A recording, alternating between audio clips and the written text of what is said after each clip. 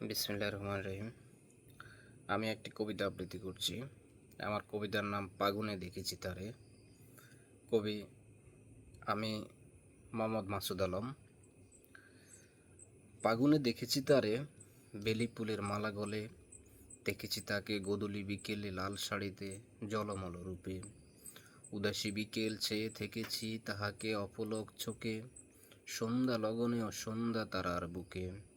দেখেছি তাহাকে শিমুল ফুল কুড়াতে ভোরের সূর্যোদয়ে, মন ছিল তার কাছে শিমুল ফুলে। দেখেছি তাহাকে বৈশাখী রমনার বটমূলে, সাদামাটা রমণীর বেশে বৈশাখী রূপে।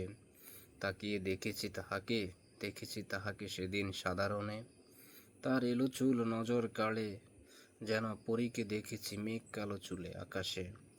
আজ তারে মনে পড়ে বৈশাখে, আজ তারে মনে পড়ে ফুলে ফুলে। আজ তারে ভালোবাসি খুঁজি মনে মনে, আজ তারে কাছে চাই কোথায় আছে তবে। আজ কে আর পাই তারে এত বছর পরে, শৈশব খুঁজিলেও তারে পাই মনে মনে।